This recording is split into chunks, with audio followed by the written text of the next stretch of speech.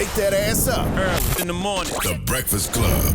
Yep, it's the world's most dangerous morning show, The Breakfast Club. Charlamagne the God, Jess Hilarious. I don't know where the hell Envy is at. But we got a special guest, man. He's got a new show coming out on Netflix called The Vince Staples Show. Vince Staples is here. How you doing? I'm going good. How y'all doing? That's what's up. What's up, my guy? Good. Chilling, man. You look healthy, man. Yeah. Hey, man, I'm trying to stay that way, bro. I'm getting old, so, you know. You went vegan or something? Oh, no. He said it like you used to look bad or something. No. It was a little different. It was a little grimier, I guess, to be the term. How are you, though? I'm good, bro. I'm grateful. I'm blessed. All the good shit, so I'm good. You know you're tired as hell. It's early in the morning. Nah, I'm always tired, though. I'm always tired, though. I be up early, though, so it's really not that crazy just to run around, you know, the press circuit type situation. Word. So what is the Vince Staples Show about, man? I mean, pretty much just, you know, day-to-day life and our human experience. I feel like a lot of the times it's a lot of nuance in a lot of people's lives that we might kind of ignore. You know, we all had those days where we tell people, you know, you wouldn't believe the shit that happened to me today. So just trying to find ways to utilize that and that format, so to say, and kind of attack deeper issues as far as, you know, classism, socialism, violence, our relationships with those things, our relationships with fame, money, things of that nature, and kind of taking a lighter approach to kind of the stuff that we deal with day to day that people wouldn't believe, because especially when you escape the black community, right, you can tell people the stuff that you see that you might deem as normal. And when you get in these other rooms, they don't see it as normal necessarily. Yeah. So just trying to find a way to shed light on it while keeping it lighthearted. Yeah, I asked that question because we were watching it, and that's what Jess said. Yeah. She said, what is this show about? Yeah, nothing. I was saying, like, what, because, you know, it's not like your typical show. You get what I'm saying? It's like you said, day to day. And which can, one day, it could be crazy, and then the next day, it can be just chill. Like, the first episode, what, stood out to me, I didn't expect for homie to die. Like yeah. And then I know I'm kind of. Oh, that was the second one. The second one. Okay, yeah, I'm kind of telling. Yeah. But it's all good. That was like I go from laughing to I'm like, damn, that's just how that shit gonna be. Yeah, but that's life. Like you got to think about. Yeah. So that episode specifically, since we talking about that, right? You know, we've all had different levels of financial gain, and when you have these levels of financial gain, you get in these other rooms where you realize you don't really got what you think that you have, and a lot of the times, us kind of having the door closed in our face. You know, black people are entertainers, just people that come from a different world. We find solace in the things that we understand, no matter where they come from. So, you know, your friends robbing the bank, which is a negative situation, but you feel comfortable to be in that environment. Yeah. That could be alcoholism, that can be drugs, that can be streets, that can be the violence, anything that we can kind of connect to when another door is closed. So that kind of represents the bigger statement of that. And also, niggas just die sometimes. Yeah. So you know, you might be this close to an opportunity, you might be this close to a situation, which would be kind of receiving that loan and starting that business, and then something traumatic happens, and the response to it is how our response is when anybody get killed by the police. You know, you put your hands up and you stand still. So it's a lot of deeper meaning in a lot of the things. We just wanted to show nuance with it. Even before that, though, because I don't want to give too much away, which I normally do when I watch something. Yes. But you when you had the opportunity to leave, you realized even though you was innocent and didn't do nothing, stepping outside that door with the police might have led to you getting killed. Yeah, I mean, exactly. And it's like a lot of the stuff that brings us trauma and a lot of the stuff that kind of forces uncomfortable conversations for us, other people honestly don't even know about. That's right. I done had my manager for a long time, and I would just tell him certain stuff. Like, I remember we had a call, and I was like, oh yeah, man, like, hold on, I gotta go. Like, the baby shower got raided. And he was like, what? And he called me back. He was like, what you mean? I was at the homie's son baby shower, and it got raided. Like, they kicked the door in, and he was like, they not supposed to do shit like that, or like, we got a meeting, and all right, man, you got to bail me out real quick. Like, I didn't really look at it like it was that crazy until I got older, and you realize your circumstances are within a bubble. So I really kind of wanted to think about the thought process of that bubble and how when you in it, you don't notice what's going on until you leave. So you got subtle nuance in every episode where it's situations that we deal with, specifically in the black community, specifically kind of an urban background. But when you escape that shit makes zero sense, bro. And now that we kind of further removed and we're able to put it on screen, it does feel awkward. It feels uncomfortable a little bit because we don't expect to see these things in these environments. Mr. Farrakhan said, just because something is the norm doesn't mean it's normal. Nah, exactly. And I think a lot of our stuff is our norm, but it ain't normal. Yeah, and I took a lot of approach from, Coen Brothers type films, David Lynch, things that the Alfred Hitchcock, things that are meant to make you feel uncomfortable. And I'm trying to use it within the guise of comedy, but that was the main, I guess, image of what I was trying to convey was contrast within a composition, because as Black people, we have contrast. You know, we have to be all these different things at once. Our relationship with money, family, fame, misfortune, all that shit is like, it's not really prevalent in other people's communities. So I wanted to make sure I got a chance to kind of show a little bit of that on camera. What I love about the second episode, too, is you show how most brothers in the hood, even though they may choose a life of crime, they really are intelligent. No, for sure. And they're just doing things to survive. And if it wasn't just for a couple of different circumstances or opportunities between you and them, you could have been them or they could have been you. Exactly. And I think that's understated. Like, also the relationship with fame within that episode is important, because you have, you know, whatever level of success you have, especially working in music, you understand the fickle nature of the business and how it's not necessarily what it may seem, but to the world around you, you got everything. You got every opportunity. You got the unlimited amount of resources. You have everything. And that pride that they carry don't really translate into the rest of the world, because, you know, you can go in certain areas where Charlamagne and where Jess might be, you know, the biggest thing that we got in our communities. But once you step out and you try to kind of trailblaze and pave a way, they don't give a fuck who we are. And dealing with that is like, it's more common in the people that covet us would think. Yeah. Look, you know, I'm a comedian, so the funniest part to me was homie in jail singing, right? Yo, that is so funny. I wanted to know, though, did you write that, or did you let him just do his thing? Yeah, I wrote it. But so you wrote that. crazy. That is hilarious. His timing is amazing. Yes. Like his context to kind of know where the joke is amazing. And as you know, in comedy, like with film, and I feel like within stand-up specifically, it's so much more freedom. Yeah. It's so much more, I guess, execution is a lot more important, because it ain't no editing, ain't no cutting, and you gotta. Nah, and they right there in your face. Yeah, exactly. So within, I think, film and television, a lot of people might not know where the joke is at, and it's harder to tell the story or convey kind of the emotion you're trying to convey versus it being in a stand-up. So it was hard at certain moments to try to figure out how to edit this correctly, how to make sure that it didn't fall flat, but also how to make sure it didn't look like you was kind of cooning. Yeah. You know what I mean? It was perfect. It was funny. Thank you. He had a song for everything. And I'm glad dude just wanted to square up and not fuck you. Yeah. Because nowadays you got to have a little bit of that. It seems like in every program. Right. I'm glad it ain't going to piss Boosie off. It ain't going to piss Boosie off. Yeah, man. Boosie can watch this, man, with the whole family. It's gonna be good. All the kids can watch. So Boosie, watch this with the kids, man. It's not, you know what I mean? If you was locked up, would you really act like that with other inmates? Bro, so that episode, who we had a meeting with? We had a meeting. About that episode? No, we had a meeting, and I had a mishap, traffic ticket.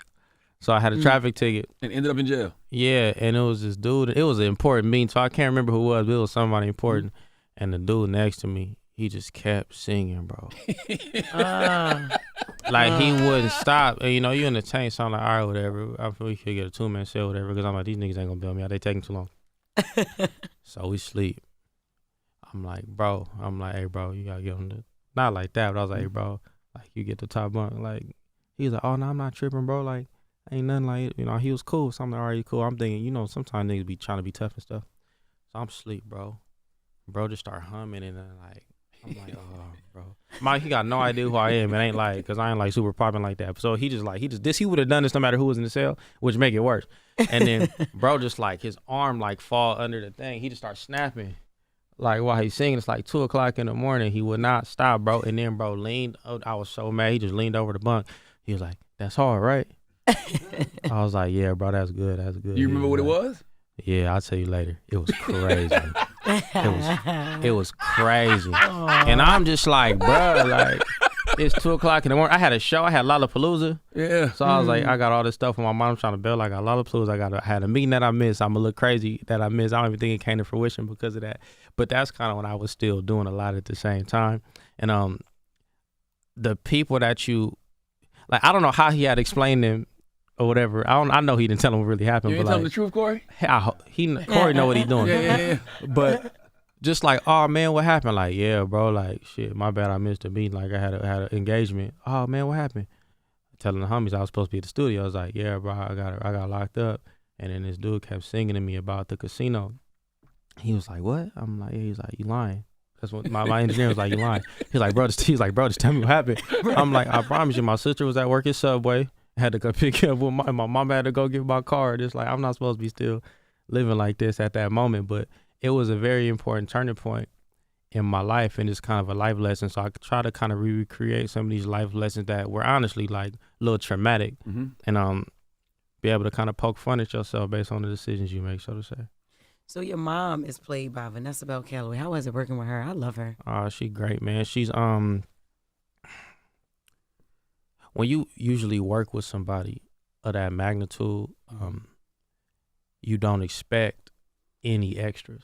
You get what I'm saying? Yeah. But she auditioned for the role because she wanted to, which was crazy. Like, I seen that, I was like, what the fuck? Like, Yeah. So her auditioning for the role was like just unheard of for a show of my caliber. Somebody with my reputation as far as never doing this before. So I was extremely grateful of that. I was grateful that she worked with us on every facet. As far as, hair and makeup, all those things is very, very intricate. And she kind of led us in the way that she wanted to be able to do, how she wanted to be able to do it. The research that she applied, sitting with me, asking questions about, my mother's disposition and her thought process and how I would want it played, what's important to me. I don't want to do this because I don't know if this is true or if this is true as far as like to the character itself. And just over and over and over again, just giving me insight on how this thing works, because she's been doing it for an extremely long time. So I was extremely grateful for her, for the opportunity to have her in my show. And just even to this day, like, she always hit me up, she always give me advice, she always make sure I know what's going on. And I really, really appreciate that. Yeah, it's like a mother figure for real. Yeah, and especially like, she don't gotta do none of that. She can go to work and go home. And she made sure to kind of make sure I knew what I was doing, especially being the first time I had never acted, never written, never produced, never done nothing before. So just having her kind of teach me how you should be treated and what you should demand. Like, her and Kenya were extremely important in kind of giving that information. And Kenya is different because it's his job. It's not her job to do that at all. So I really, really appreciate it. And just seeing how good she is. Like, of course, she good, but on set, like, her being able to like change, I guess, her direction, and also kind of helping direct our camera department, helping her, because we had a really, really, really small team. Gotcha. So kind of her filling in the void when she didn't have to, like, I really appreciate it. How close is she to your mom in real life? My mom a little bit more turned up than it was on camera. Yeah, but she cool though. My mom cool, but my mom is interesting, man. Does your mom really like jail? No, but my mom has said that before. Yeah, my mom, ain't nothing wrong with it. That's what my mama said. But mama's one of the people, right? Where you have your circumstances, like we talk about our triggers in our kind of our environment and how it changes us. So my mom's the type of person that no matter what, everybody that came with us, they right until we get to the house, right? So my mom has an understanding point of view on everything, but she also holds you accountable for the things that you do. We was kids. She's like, no, I ain't picking y'all up. Second time, like, you get one free one. You get a free one, I'm gonna get you. After that, it's on you. Stay your ass in there. This happened. My mom done walked in a room before, all my homies in the living room, and then somebody tell a joke, everybody start laughing. My mama just say, he gonna tell. Damn. And wow. pointed at, and he told too. Damn. So it was a little crazy down the line. Yeah, he for sure told, man. But my mom, her experiences kind of mirror ours, and I think it's weird growing up with a mother who understands like kind of the nuance of the situation when you're younger. But as you get older, you grow to appreciate it. And I think it's a lot of the times we have a point of view, I guess, of women in these communities, especially when we think about film and just art that takes place in Southern California. Like, it's always the mom crying over the dead body. And no, baby, don't do this. That's not how any of my homies' mothers are, because you got to think about the black community. I was born in 1993. So just kind of the state that California was in at that point in time, the state that the streets was in, the states where our community, drugs, alcoholism, I guess homelessness, lack of jobs, lack of resources. They couldn't be soft. Exactly. Yeah. And I think kind of having a mother figure in the show that held the characters responsible was extremely important, because my mom, she not giving you no passes, but she not going to, shy away from loving you, but you don't get those passes. What do you think niggas hate more, reading or accountability? Reading. Reading, for sure. I for sure think reading. You think we hold ourselves accountable enough? Ourselves or each other? Both. Yourself as an individual and each other as a community. I mean, if you think about as far as the things we prioritize, those can be better. But I think accountability is important, but we like to point the finger. And I think a lot of that has to do with, trauma, lack of opportunity, lack of people hearing you out. It's like, see, it's not me, it's him, or it's not me, it's y'all. It's a thing we have. I feel like we just kind of got to get our viewpoints right, because we see a lot of the wrong things in, I guess, the right situation, because we have a lot to look forward to. We got a lot to live up to, and we're not holding ourselves accountable based on our own metrics, our own communities, the things that we have. We looking at what everybody else got or where everybody else is, and then we judging ourselves based on that. But I think the reading aspect of it is extremely important. But like, what is there to read if you a dude in the hood who don't know much, or a lady in the hood that don't know much?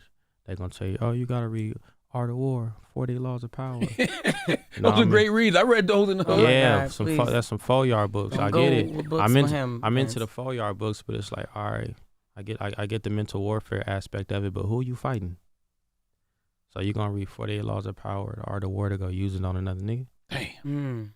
I'm not into that, and especially coming from that, like, I personally think like it's more like, say, if you watch films all day, right? If you read The Method, if you pick up some scene books, if you read anything about how these things are created on writing by Stephen King, like, get into that, because these are your passions, these are your pastimes. Get into something that is, download the vocabulary app, get your word of the day, things of that nature. But I feel like the spaces we look for information are limited based on who we are and the nuance we have as a people. And I feel like we have a lot of self-esteem issues when it comes to like reading. I remember when I was a kid, I used to hate reading. I never got bad grades or nothing, but I stutter real bad. And I used to like kind of talk relatively slow, which led to me talking too fast, trying to not stutter. And also vision. Who got time for a speech therapist? Who got eye insurance? You know what I mean? So a lot of those things kind of hinder us from even wanting to read in the first place. So now as we get older and we're assessing information, now what do we know? Like, what are we looking to look to? I feel like we will hold each other accountable if we can get our priorities right and our understanding of who we are right. And that comes from, I feel, the reading aspect that you talked about. And when you say reading, I'm thinking more broad and sense of like garnering knowledge and trying to learn. That's why the Nation of Islam was so important, because first book my dad gave me was the autobiography of Malcolm X. And then that led me to read Message to the Black Man. Then I read From Niggas to Gods by Akil. Those books right there instill all of that stuff we talking about right now. It instills accountability. It gives you a sense of responsibility, and it just broadens your mind to something that can better you. Yeah, and I feel like one infers the other. So if we can just kind of access more information, it'll really help. Because I said, when I came up here at the beginning, I didn't grow up listening to music. I'm going to be real, bro. Like, I was ignorant to a point that I didn't even understand the concept of like a concert or like a show. I had never once in my life ever knew when a concert was, where it was, how they worked. I didn't understand recording studios. I'd never really been in no record stores like that. Like, I didn't really understand what music was. I had to research and to find it out. And that's a very humbling situation that make you feel vulnerable. Yeah. So when it comes to film, television, learning about that, when it comes to just life learning in general, it's really hard for us to kind of gain information without feeling like we're out of place. So we can kind of fix that. It can fix a lot of our problems. We don't want to feel dumb.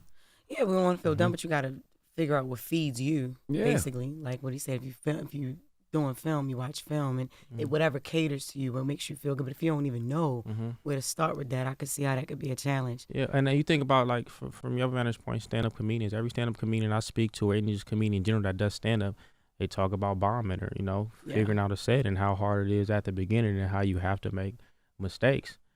Within that community, it's embraced. Like, you hear people talk about it. You hear people talk about their woes and help each other out. I feel like within these other communities, we kind of got to apply that same sort of grace to each other, give people the opportunity to fall on their ass and learn a little bit. Yeah. And it's okay if you do that. I mean, I never did that. But I know a lot of people that You never bomb?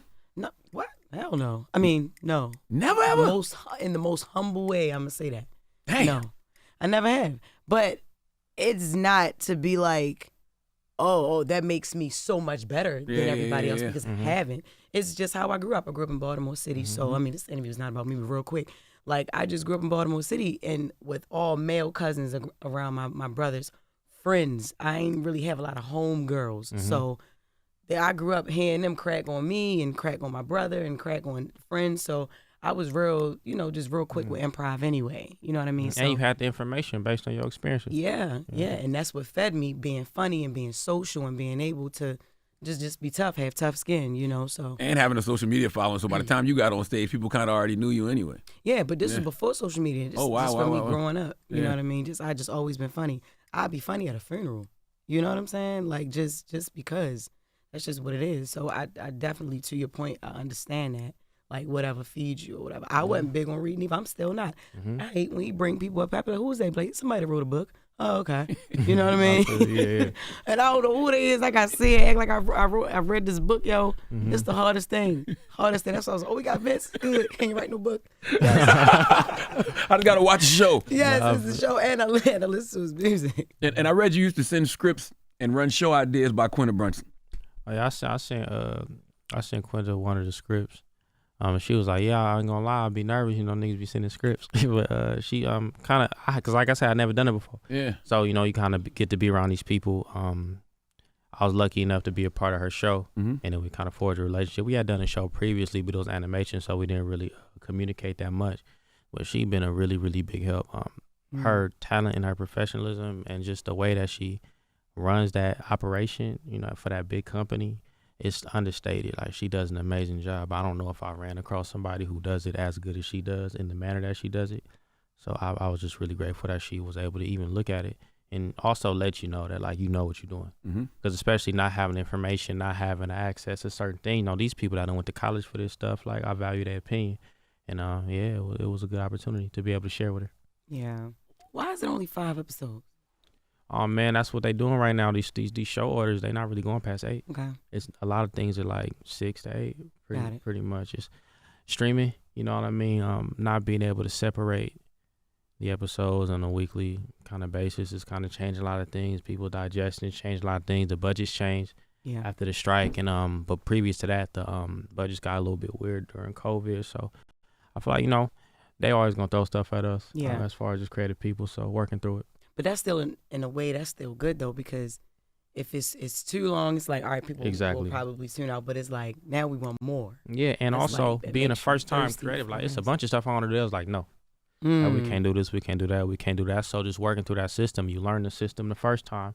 And I'm happy I was able to learn it in, I guess, a short setting, because I didn't have to try to figure out how to do 10 or 12 episodes while having to kind of not fight, but just struggle through the pitfalls. Cut certain things. Exactly. Yeah. And you gotta, every episode, you gotta cut stuff.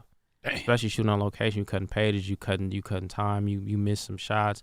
Sun will come up late, it start raining, clouds. Like, it's little stuff that you don't even think is gonna affect your day, and they really do. Yeah. I'm going to ask you some questions. They random. Boys, they're going to be random to the people who haven't seen the show yet, but they're not going to be random to you. I got you. What did the music do to Michael Jackson? Man, look at it. Everything, bro. Took his childhood, shit. That case. Yeah. Man, it's music. Music can be tumultuous, bro. Like, and I think that a lot of the time we so busy focusing on the music and what it gives to us, we don't ever look at bro. Like, when I was a kid and I seen Michael Jackson, I didn't know other Michael Jackson. I'm only 30. So my whole life, I was like, this nigga look crazy.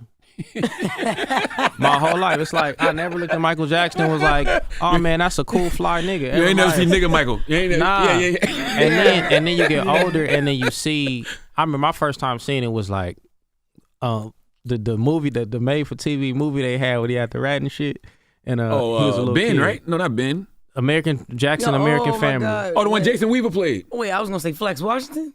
No, that was that one was crazy too. That was that. crazy too. Jason Weaver. Jason Weaver. Yeah. I was like, this ain't cool, nigga. Like, like this what happened to this what happened to bro. Y'all just gonna like y'all let this happen?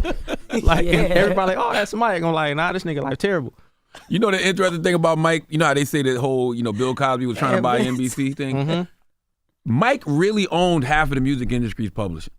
Yeah. No black man's supposed to have that kind of power in the music industry. But nobody ever says it was a conspiracy to bring Michael Jackson down. Look, man, that's all I'm saying. I'm saying the nigga looked like he was into some freaky shit, man. We talked about no, man. Mike was innocent, man. I'm not saying he wasn't. I'm not saying he was. I'm saying that if he had anything going on, I wouldn't be surprised. All I'm saying is the nigga life looked a little rough. He got investigated by the FBI for 17 years. I'm not even 17 talking years about straight. that. I'm talking about that wig, bro. Oh. You talking about these kids. I'm saying regardless, see how we trying to sidetrack it with the accomplishments instead of being like they fucked this nigga life up. What I'm saying is no matter what happened, look at that nigga. Was it the music or the money and the fame? He was the most famous man on earth, probably the most famous person ever Yeah. that walked the face of the For earth. sure. And look at the nigga. Damn. No, it's not true. No. Look That's at what he said. And on the childhood interview. He trauma, said, man. No, it's not true. Man, None that of it's true. weave with that nose, they fuck Mike up, man. They need to say we need a sorry Mike day. We need to put it on the American calendar like my bad Michael. That shit fucked up, bro. My bad, Michael. Yeah. I like that. My bad, MJ. We're going to do that on his birthday, man. Now, you started doing this show on YouTube, right? About 5 years ago? Man, so originally, when I first started doing music, I never been like the biggest artist. So when I started doing music, people would kind of gravitate towards certain things. We like your music videos. We like this. We like that. And I never been like ignorant of the world around me. You know what I mean? I know what I'm good at. I know what I'm not good at. Mm-hmm. So I always thought, okay, what's the limits that we can push? Probably a visual medium. Same thing with interviews and stuff of that nature. So we had a bunch of meetings. It had to be like 7, 8, 9 years ago. And I'm going, everybody, we want to do a show. And it was, maybe later. We working on this. You got some music for that? It wasn't panning out, so I just kind of did more work. I did a bunch of voiceover stuff. I did some smaller roles on other films. Dope, being one of the first. And then we did the YouTube thing for a couple episodes, and that's kind of how we got the chops up and kind of learned how to do it. And then I think a year or two after that is when we got the opportunity to kind of go through Netflix. We'll go with Kenya. We had Kenya and a couple other people. Kenya, to me, he was the most honest, and he was the most understanding that I was trying to make something, and it wasn't I need you to make this for me type situation. And so we got the situation with him and Netflix, and COVID hit, so we had to sit that out. And then when COVID happened, they picked it back up, thankfully, and now we're here. How did it go? How did it feel taking it from YouTube to TV? Like, what changed about that format as opposed to the format you use for television? Everything. I bet. That the YouTube stuff was all improv. It was just a setup, and I just improv'd, and like I had, good people that have been in a lot of stuff. Kareem Gibbons, who also is in an episode of this, was also in that series. But it was just simple. We got one setup. We do one thing, of course, playing with the idea of theatrics. So we have anchors on every episode. But within the YouTube series, it's like, okay, how do we create something that feels like Scott Pilgrim vs. the World? How do we recreate something that feels like, old kung fu movie type moment, and kind of building around that one moment for a scene versus having an episode of scenes that also has act breaks, it also has transition, it also has some sort of narrative engine that can drive through an episode. So you got to basically blow out the fucking 4 or 5 minute piece, make it a 40-minute piece for that to be cut to 20 minutes. So it's just really learning the format was the hardest part. Formula is crazy. And also having a lot of hands in the pot, like this ain't gonna work, you can't do this. Okay, now you can do this because something just came out that makes this okay now. You know what I mean? So just dealing with a lot of the politics and a lot of the red tape is the most difficult part. Especially used to doing shit by yourself, because in music you can do whatever the fuck you want. Right. And with that, it's like, it's certain things that have to be done. You keep saying you wasn't that known as a rapper. Why you keep saying that? Keep on saying that. I mean, it's true. Nah, you like top 5 rapper from Long Beach, which means something, bro. But yeah, I get what you're saying. But what I'm saying is, as far as like a day-to-day basis, right, and like the way you can maneuver through this business, if you don't got the bottom line to support any of these endeavors you're trying to do, it don't matter how creative it is. So I do well. I got multi-platinum songs. I got gold songs. I got certain things that certain people never get. But it ain't Drake. So the door. What? No, but I'm saying the doors that might open for Drake, the doors that might open for other people aren't necessarily open for me. So I got to work Drake half differently. white. No, I get. And then he just be pulling out his meat, yo. You don't gotta do all that. Drake just pulled out his meat. Come on now. But it's benefits of doing all them things. You pull out the meat. But you would think he wouldn't have to pull out his meat Niggas at this is clowning you, level. you know what I mean? Yeah, but I'm saying there's certain things that just wasn't for me. So based on where I was at and what I wanted to create, like it's certain things. Like, all right, so like, come on, bro, you know me. You don't know me in real life. All right, so everybody know I can lean way more into like the tough shit. I can lean way more into like the negative shit. I personally don't believe in that based on that the ramifications it had on my life and the people around me. But that would make my music make more sense. So if I make this kind of music and I lean into these elements of the music and it's seen a certain way, the videos look a certain way, the friend group look a certain way, the events you go to look a certain way. Now it's okay, we understand it as an artist. And there's certain things I just didn't do or didn't relate to or just didn't work for me as an artist. So that kind of dictated where I'm at. And I'm not saying it to diminish what I've done in music, because I'm extremely grateful for it. But I'm just saying I'm realistic about what it is. If people are saying, hey, bro, we like your interviews, or you funny, or we like your videos, I'm not going to be like, I'm not making no more videos because y'all not paying attention to the thing I want you to pay attention. You got to be aware of what people like from you and take it from there. That's really where my standpoint is. I got songs that I've been on the radio, and I've got 1 or 2 songs that I've done very well on the radio, but I done released 60 songs. But every time I might do an interview, every time I might come up here, people is in the comments having more engagement than they would even as far as how the album go. So taking that kind of, I guess, information and trying to see how you gonna spec this shit out. Because, all right, I'm 30 right now, bro. Who can do this when they 60? Who can do this when they 40, 45? And I take care of my family and things of that nature. Like, I keep it pretty simple. I don't really got aspirations to be the most, I'm not looking for $1 billion, bro. That's just not how I am. So I enjoy the privilege of creativity and being able to do things that I never thought I would be able to do as a child. So I always took the way that people view my music and the way that people digest anything I did as a positive, no matter what it is. If people say they don't like something I do, that's still positive because they're emotionally invested enough in it. And that just kind of led me down this path, just being aware of who you are and how the world feel about you. Are hip-hop artists just limited to music now? Because nowadays, when I see a hip-hop artist, I'm not thinking this person is just going to be a rapper, only because of everything that we've seen from the Jay-Z's and the Donald Glovers, all of these people that have done so many other different things. I didn't mean to put Jay-Z and Donald Glover in the same thing. I feel you 100%, and I agree because I felt that way my whole life. Like, I've been lucky enough to grow up when I grew up, but when I was a kid, Tone Loc was on TV. Ice Cube was already Ice Cube as far as film and television. Queen Latifah. Missy Elliott had a show. Eve had a show. Will Smith was Will Smith. So I think that it's been really, really good groundwork laid just for Black people in general, but specifically for hip-hop artists in the past 20 to 30 years. That can it's limitless, honestly, the things that we can do, especially if we trust each other and utilize each other, use our infrastructure and kind of support each other, would be good. Yeah, and you're doing that now, and you're only 30. Yeah, I'm grateful. Oh, but like, no, I mean, from your past experiences. Tell them what you said, Jeff. Only seen the show like, what I say? Tell them what you said when you were watching the show. You a comedian? Tell them. What? What, yo? Tell them what you said. What I said? Tell me what I said. What? Who you said he looked like? Oh, Tevin Campbell. I done got some shit. That's a new one. No, you don't look like Tevin Campbell. No, I said you look like the dad from Sister. Yeah. Ray. Ray. Yeah. But then a little boy too. Like, you look older, but you look young at the little same boy. time. What was his name? I don't know. I done got the dad. I ain't got the boy before. I fuck with Ray, man. Shout out to Ray. Yeah. I don't know who like young you look like, but I'm just saying, you look young and old at the same time. Yeah, I got some old man shit going on. I seen this nigga Professor Ogilvy in the in the airport yesterday. He's still getting bread. What? Yeah, he had the whole. It could have been some downtown LA shit. But he had the whole Louis Vuitton set up. He's in there by himself with he had a scarf on and a sweater, and it was like 85 degrees.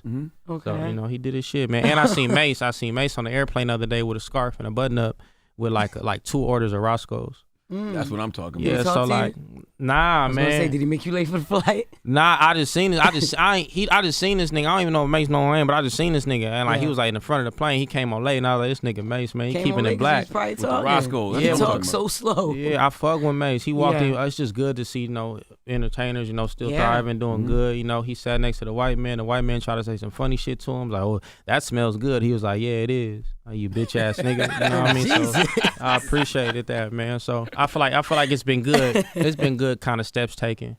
Yeah. To kind of make it possible for people like me. Is it challenging to take your natural humor and wit and put it into a scripted fictional format? Nah, bro, because I don't even be joking like that, bro. Like, I be chilling, man. Niggas, I could tell, he's so serious. So I'm like, why you gonna bring up what I said? Because he brought it up.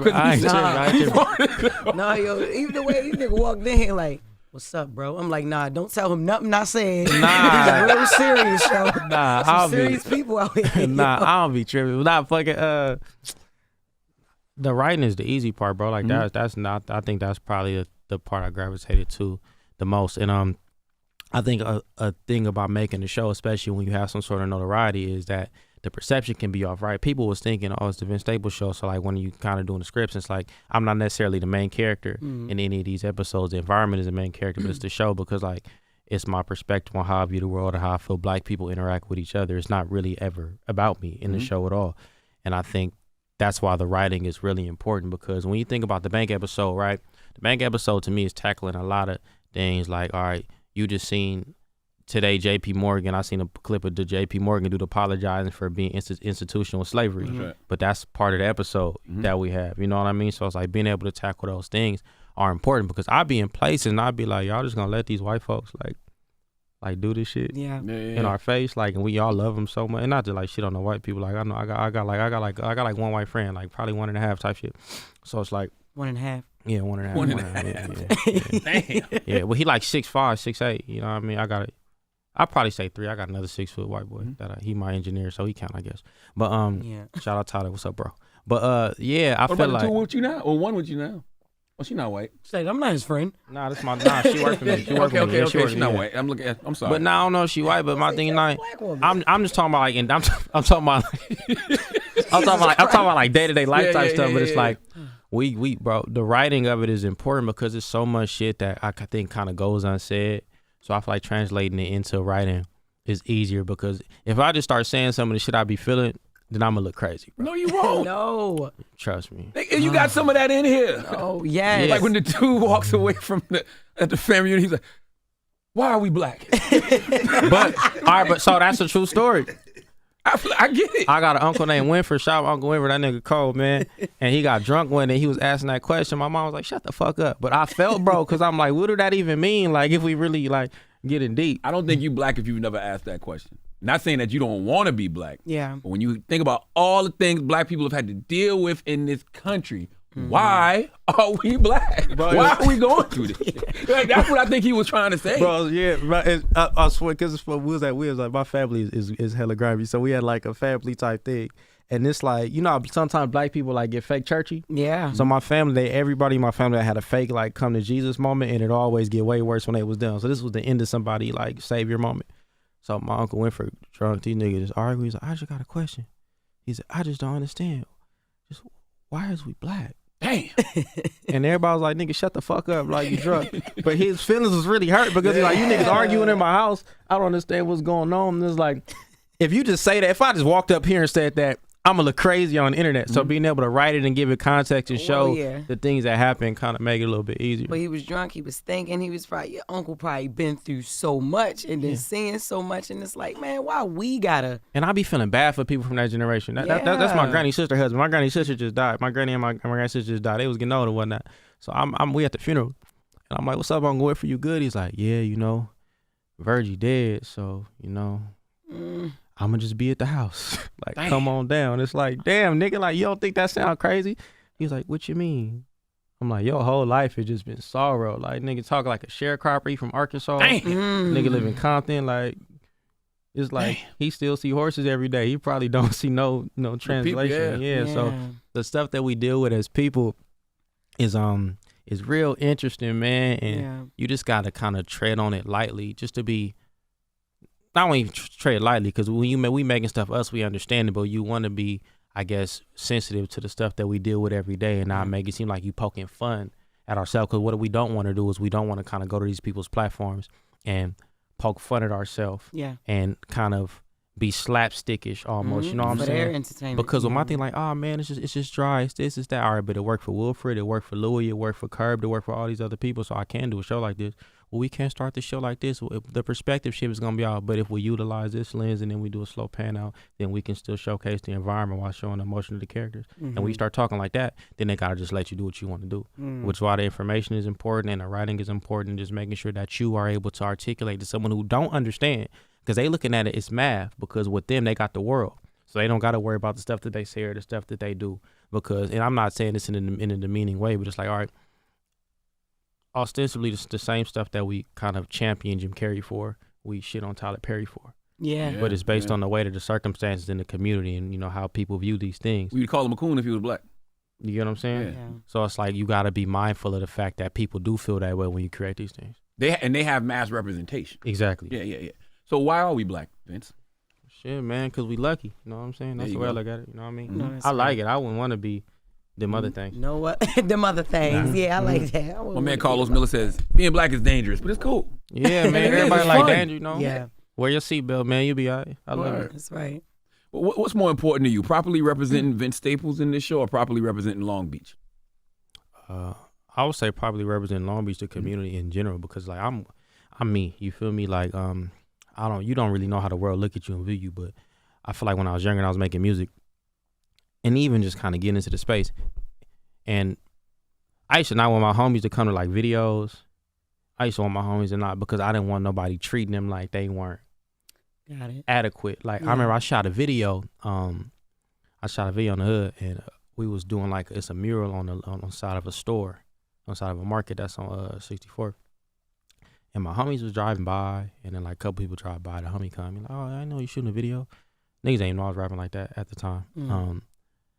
Then all of a sudden it was like 50 people across the street just like hanging, cause like my homies is cool, and I was just happy that they were treated well. But I was so nervous just for somebody to just say something disrespectful or be demeaning or just treat us like our experiences don't matter, because it's like we human, we all got interests, we all got things that we love, we all got things that we want to say and share with the world. Right. And a lot of the times, if you not someone that they deem is an acceptable version of a Negro, you don't get the opportunity to be showcased. And I got homies that's like the bank robber, like the prison to like underwater welder to, you know, union craftsman pipeline is real. And I got homies who done sat down, I'm talking 15, 20 years as building factories, and they have pride in that, and they feel like they not greedy, and they feel like they want to help other people. So putting that in appropriate context was important to me, because I can have a homie that can sit down and talk to you about anything, but then like, yeah, man, I did 15 years for murder, or I did 15 for robbing a bank. Then everything that y'all just talked about go out the window. It's like you don't understand. We don't get the opportunity to change our lives. We don't get the opportunity to become better people. So I don't like seeing that stuff. And it's not that we put it in our art or we kind of promote it, because I don't want it to come across like I'm saying that we do it to ourselves. I'm saying the way the world views us is not necessarily fair. So I kind of just wanted to showcase context for that. Right. Yeah. What about Long Beach makes Snoop the most marketable, family-friendly rapper ever? He a whole crip doing Corona commercials. I would probably say diversity. It's an extremely diverse place. You know, the population of Long Beach is actually surprising to me. Even when we started, one of my homies is actually the mayor now. Shout out Roques, and he doing a lot of good things for the city, trying to kind of uplift the north side that hasn't really got that much attention. But he kind of gave us some numbers. He's like, you know, you think this? He's like, we was talking about the area he's trying to develop, but I was like, yeah, like it's cool right there, but just make sure y'all, you know, they don't displace nobody. He was like, it's impossible. I was like, now you sound like one of them. Yeah. And he was like, well, 80% of the people that live on the north have 2-parent households. 70% make over double the whatever salary was. Like, it was like $100,000. Most people own their homes. Most people have this. Most people have that. Even though black people are only like 20, 30,000 out of damn near a couple 100,000. He's like, we doing pretty relatively well in the city. So I think growing up in a place like that, growing up in a place where you can see the highs and lows of everyone, whether it's white people, black people, Southeast Asian people, Hispanic people, it makes you kind of well-rounded, because we all live on top of each other, bro. And also with Snoop music, like from my vantage point, because I know how it is, his music was burnt out a little bit, but the hits, the things that the world knows Snoop for, it's fun loving, like Gin and Juice, you know, Dre Day. It's not like just like I'm a ride around. And of course, music wasn't like that at that time. Dre Day was not fun loving. Great record. You don't think like listen to that chord progression? Dre Day? Yeah. Dun, dun, dun, dun. Man, the content of Dre Day. It's really not been that. Getting raped. Oh, what? Yes, man. Who got raped in Dre Day? I mean, if you go back and listen to the song, they were sexually assaulting the men as vengeance. Oh, yes. Man. Well, I'm not talking about Dre Day. I know. I'm not talking about Dre Day. My bad. I'm talking about Gin and Juice, Snoop Doggy Dogg. Nothing but a G thing. Nothing but a G thing. Okay, That's what I'm okay, talking okay. about. Yeah, Dre Day was gap teeth in your mouth. Gap teeth in your mouth, so my dick got to fit. Yeah, that okay. Yeah, that You was know what I'm different. Yeah, saying? no, I'm tripping. I'm In tripping. the video, people getting bent over. Yeah, that was a lot. That was a lot. But in his defense, that was Dre's song, and them niggas from Compton, Yeah. and them niggas is crazy over there. You feel me? My mom and them from over there. Right, damn, you right. Yeah, Oh, yeah. you're Your mom, right. okay, Yeah, they right. crazy. Now Yeah, I understand why you he get said what I'm his mom saying? was It's a different. lot. His mom is different. But nothing but a G thing. Gin and Juice, yeah. they were fun. The videos was dancing and all that. Yeah, and I think that's why people digested Snoop differently, regardless of his background. Like nigga had the perm with the hockey jersey and shit. Like Yeah. it just looked and felt different. Yeah. Have you ever really tried to get a loan from a bank? Yeah, mortgages. And what happened? Did it end up like that? Nah, I got lucky, but I got a homie who has no criminal record. He from New Jersey, no criminal record, no nothing. Trying to open up a loan to open up a second location of already successful business, and they like, I don't know, you don't have this, you don't have that, you don't have that. But I have had meetings. It just wasn't in the bank setting where they was like, yeah, this not happening for you. And they was like, you need this, you need that, you need that. I mean, some of that was kind of the process of what this show was. Yeah. Like kind of taking those meetings and realizing the way that people view entertainers and I guess the fickle nature of this business and how, it's unforgiving and they're not wrong, but it's a hard thing to swallow as far as being an artist and hearing that in the financial realm, the thing that you probably dreamed of all your life doing ain't even really the thing. Yeah. And especially for them. So it's like that was a hard thing to kind of grasp. I just kind of wanted to show it in the show. Mm-hmm. We're going to get out of here in a minute because, when Jess started to get quiet like this, that means she's ready to go. First of all. But why you get off her head, man? It's like, yo. Why he doing I you don't like understand, Vince. I don't know. I've only been up here 2 weeks. I want to go. I want to leave already. I want to put in 2 this? weeks. You need a vacation. I do. Yeah, Thank you, it's Vince. okay. she'll be on maternity leave soon. Lord. Oh, my God. How do you know when you pushing boundaries for the sake of shock value versus pushing boundaries to provoke like honest thought and discussion? For me, personal, bro, like I'm never really trying to do too much, but I'm kind of always doing too much. Mm-hmm. So I would get a call from him or King. They'd be like, nigga, like, what's going on, bro? And I'd be like, nah, I was trying to do the OJ shit. And the OJ shit way toned down. But I was trying to do some OJ shit. Because I feel like it's just like a sad story. Like, when you think about how it ended up, of course, he wilded out or whatever, O.J. allegedly. Simpson? Yeah, and, like, his mind just gone. Obviously, like, when you look at the nigga talk, it's something wrong with him. But He be sounding normal on Cam and May show to me. But bro, listen to the speed in which he speaks, the way his eyes look, people's eyes look dilated. Yeah. That's what I'm saying. I'm not. Yeah. Yeah, that's what I'm saying. So I'm like, but you think about his background and like really look into his background as far as like his father and his upbringing and where he's from. Like, it's a sad story. But when you the man and you got that football, everything matters and you can do whatever you want. Yeah, nobody pays attention to Exactly. the background. and all the Exactly. other stuff. So they had to make some calls like, you can't. I had some shit in there that was probably a little bit too far. But they was like, man, yeah, you can't do this, you can't do that. So if I get a call from Kenya or him or like 8 o'clock in the morning, 7 o'clock in the morning, they just had a meeting and I was doing too much. And you Those already calls would know. piss me off though. Yeah. Because how do we know I can't do it if the network said I can't do it? No, let's not let us stop us. Well, no, the thing is, because if they didn't feel him a little bit, they wouldn't call. Got you. Okay. That's why I'm saying they calling me the net because they probably got a call every day. That ain't my problem. Mm-hmm. But when they call, they like, hey, this might be a little too much. So and I think sometimes it's all they did perception. Fight back on stuff Most of the for time. you. I'd say 97, 98% of the time. That's amazing. But sometimes I think it's the perception of things. Like, it's never like you tripping. It's I get what you're trying to do. Mm-hmm. It's not going to work that way, which is important to me because I want things to translate correctly. Random question from the show. Would you really want a digital consciousness Hell nah. after you die? Bro, I don't even want no smartphone, bro. I get it. I'm cool, man. And hey, they whooped us with the cars because now, you know what I mean, you got all the connectivity type situations, but I'm over it, bro. Every time somebody FaceTime me, I get hot. Yeah. Like, I don't want to look at you. Don't just throw your face like in my life. That Yeah. shit irritate me. I'm cool. So you don't really be on social media that much? Hell nah. Yeah. You got a flip phone. I used to. Yeah. When I first got I look crazy in the meetings though. I look crazy in the meetings. Nobody gonna give me no deal. I had to step it up, go to the Apple store. But yeah, I was slumming it for a minute. They really thought he was older then. You pulling out What? the flip phone? That mustache. You Yeah. already know he had that. And I had no cut. I had no Somebody- cut, and like my shit look lopsided. So like I wasn't there with the Oh, with the man. afro. with the cut, like, what's up? How y'all doing? They was A like, crooked afro? Yeah, it was with crazy. a flip phone? Yeah, wildin'. And a mustache? Wildin'. Wildin'. Bad. He had to tell me, like, hey, he had to call me, like, hey, nigga, stop wearing basketball shorts and hoodies and shit to these meetings. I'm like, Oh my God. I was at the house, like, it was grimy. Have you really never fell in love with hip hop? What I meant by that was, like, what's that moment? Like, when do you fall in love with your mama? You feel me? When do you fall in love with your father? Like, I wasn't trying to be fucked up, but when people not black, they got different experiences. Nigga, when do you discover hip hop if you were born in 1993 in the ghetto?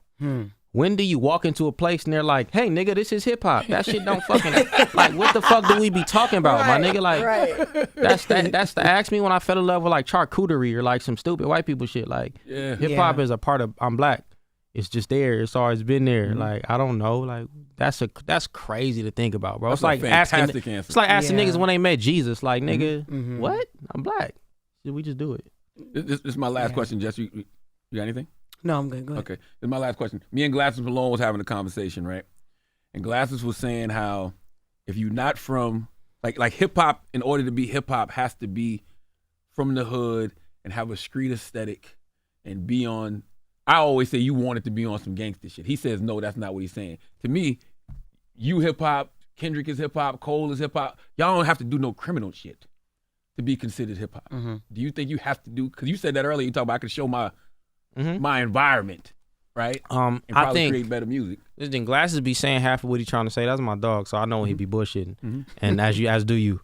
I feel like the important sentence is for it to be accepted fully, because the way that we view certain things, that's a very big part of hip hop. That's a very big part of black culture, very big part of being a black male, to be honest. That's a big part of manhood in general, especially for black men.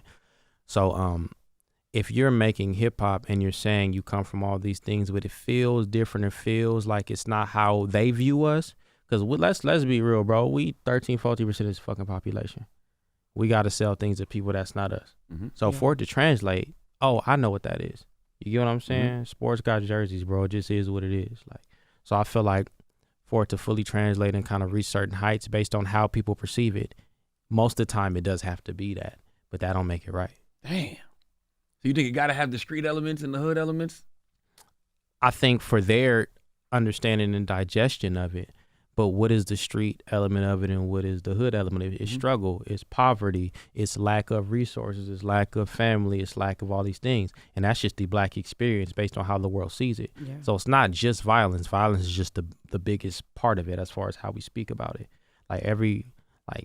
Think about, I know they exist, but it's way more mother records than it is father records. You get what I'm saying? Yeah. It's just how our community looks and how kind of we view it, you know what I mean? So I feel like I get older and I'm like, I feel bad, like, kind of for my father, like the relationship that we have for him. It's like, all right, you got incarceration issues, you got substance issues. Like, it ain't like you were just like, yeah, I ain't coming home, I ain't fucking with these kids. But based on the perception of how we were taught to view ourselves and view the world around us, everybody said we ain't got no daddy. Yeah. Instead of understanding the circumstances, you know what I mean? So I feel like it's kind of that with hip hop, is just understanding the circumstances a little bit better. But whenever they had these conversations about hip hop, especially in California, I feel like we overlook a lot of successful things just because they not viewed as gangster shit. Like, we ain't nobody talking about the Far Side or Souls of Mischief or all these other hybrid successful things. Don't nobody even bring up fucking MC Hammer. You know, ain't nobody bringing up Too Short like that. And they have street elements to their music that was from the hood, but it wasn't viewed like that. RBL Posse, like, it's a lot of stuff. So I feel like it just depends on what you look at. Why We Black, man. Vince Staples Show is out now on Netflix. Thank you for coming, Vince. I appreciate you. Appreciate you, brother. Thanks. It's The Breakfast Club. I appreciate you. Wake that ass up Early in the morning. The Breakfast Club.